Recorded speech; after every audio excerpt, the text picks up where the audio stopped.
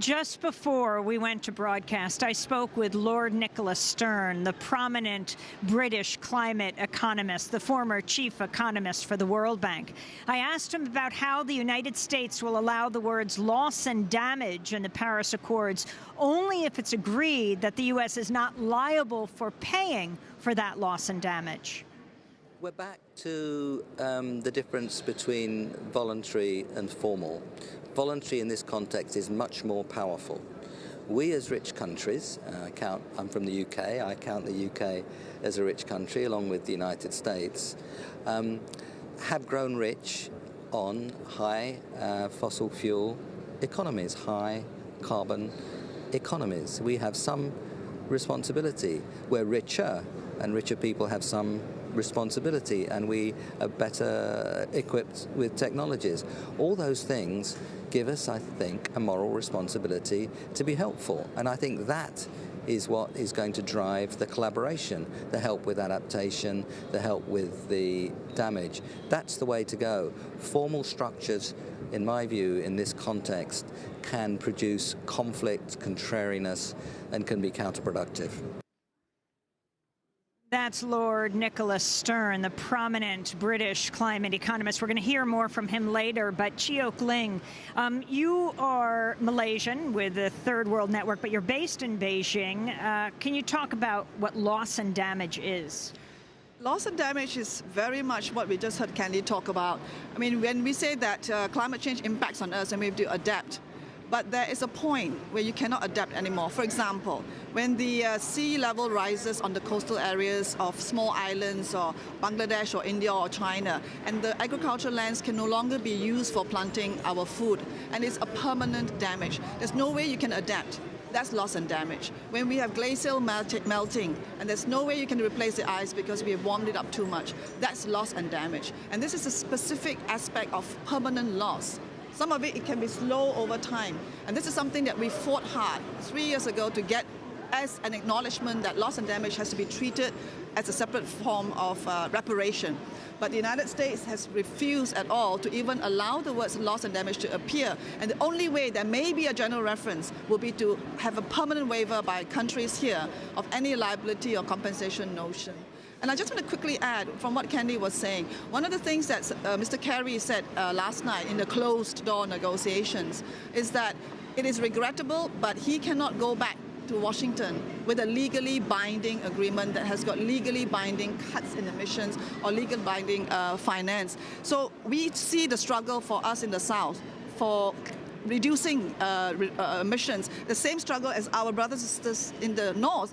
Because what Candy is talking about is if we don't have legally binding, then she is weaker in her fight in the United States, as we are in the rest of the world. Well, he's saying that they'll never get a treaty passed in Congress, so they're trying to prevent it from being legally binding. Let me ask you about China. It just issued its first ever red alert for pollution. The capital where you live is engulfed in smog, poisonous chemicals that can make residents sick simply by walking outside. What responsibility does China have here? Well, I think it's, I live there, and one of the things I've been amazed really is that if you are in a country like China, 1.3 billion people, and the government has actually started taking very serious steps more than 10 years ago, because it's not just about global warming, it's pollution in your face, as you say.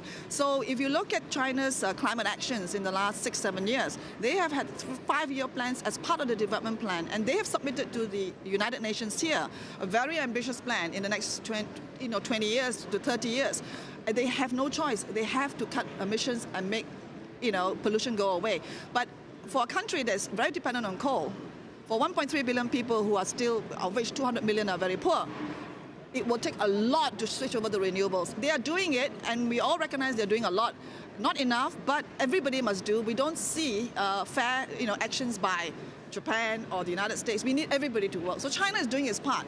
But we need everybody to do their part. And we don't see that happening at the moment among industrialized countries, not enough. Ruth Nyambura, can you address the issue of REDD and REDD+? This is something that I think most people in the United States haven't even heard what it stands for, what it means.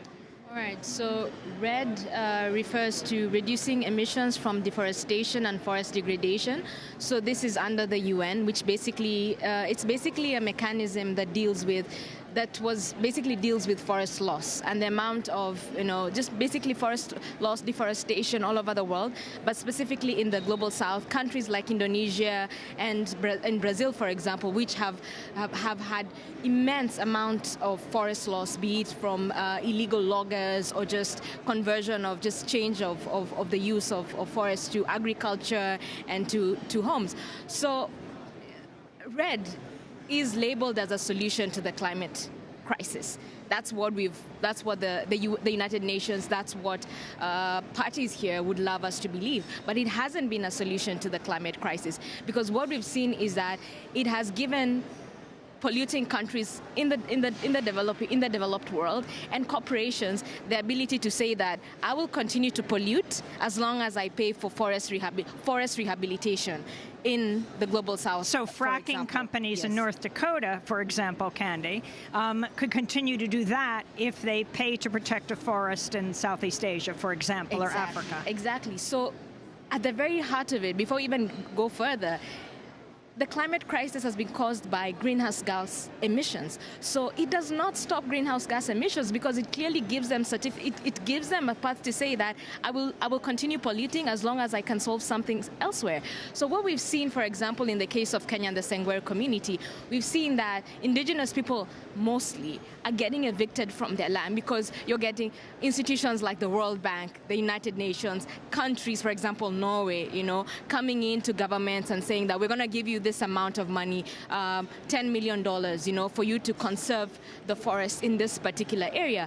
But the way we have to question the conservation model that we now have. And how do they conserve it? By moving people out who have lived there? One is moving people out. Two is actually, because the United Nations considered monocultures and tree plantations as forests, which is absolutely false. A forest is a rich ecosystem. It's not just trees that you plant.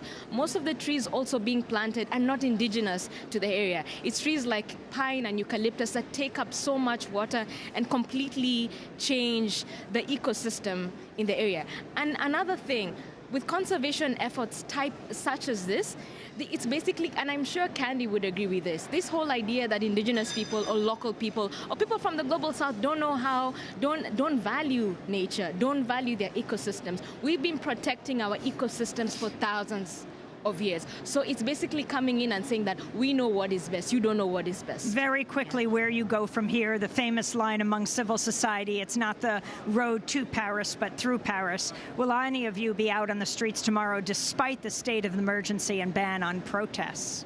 Yes, definitely. Candy Mossett, you were in the human chain instead of the protests that day. I was in the human chain. I went to the 21 Solutions and we shut that down, and I almost got arrested, but that's okay. And tomorrow we're potentially risking the same thing, because we understand that we literally have to put our bodies on the line. We, as Indigenous peoples, are drawing a red line.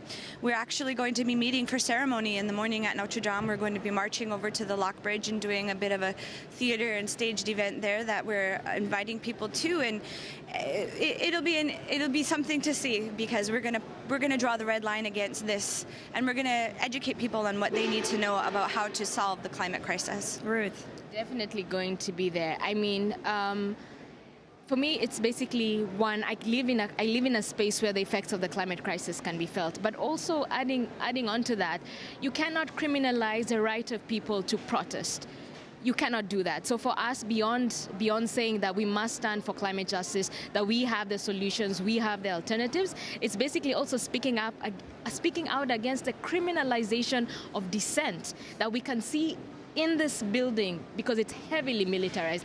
It's almost like entering a police station. In this space, the militarization by corporations and also by our governments back home. So it's saying no to that. And finally, there's a lot of talk about transparency, but one of the most awful things that has happened in Paris, started in Bonn in October, is cutting out observers from the negotiation rooms. When we're not there to watch which country is saying what, the real truth, and not the media hype that's going on.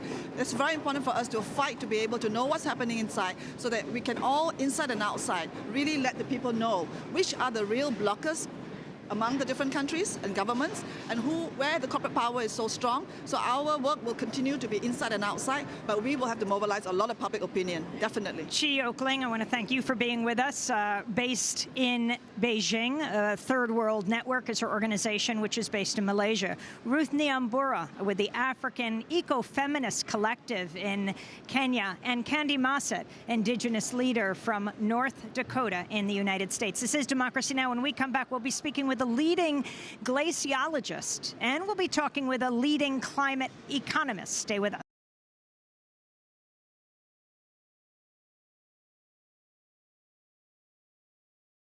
Hi, I'm Amy Goodman. I want to thank you for tuning in to Democracy Now! We are so grateful to our fans and followers for being a part of the daily conversation.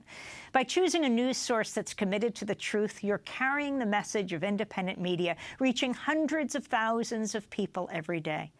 In these times of war and elections, we need a media not sponsored by corporations that profit from war, but a media that's truly independent, funded by you. Democracy Now! Is not paid for by the weapons manufacturers, the insurance industry, or the oil, gas, coal, or nuclear companies. We don't take advertising or corporate underwriting dollars. That means we rely on your donations to make our daily independent news hour possible. We need your support today to keep bringing you the hard-hitting, in-depth reporting you've come to expect 5 days a week. Visit democracynow.org, or you can call 888-999-3877. That's 888-999-3877 to make your holiday gift to Democracy Now! Today. Thanks so much for sharing Democracy Now! Stories all year long.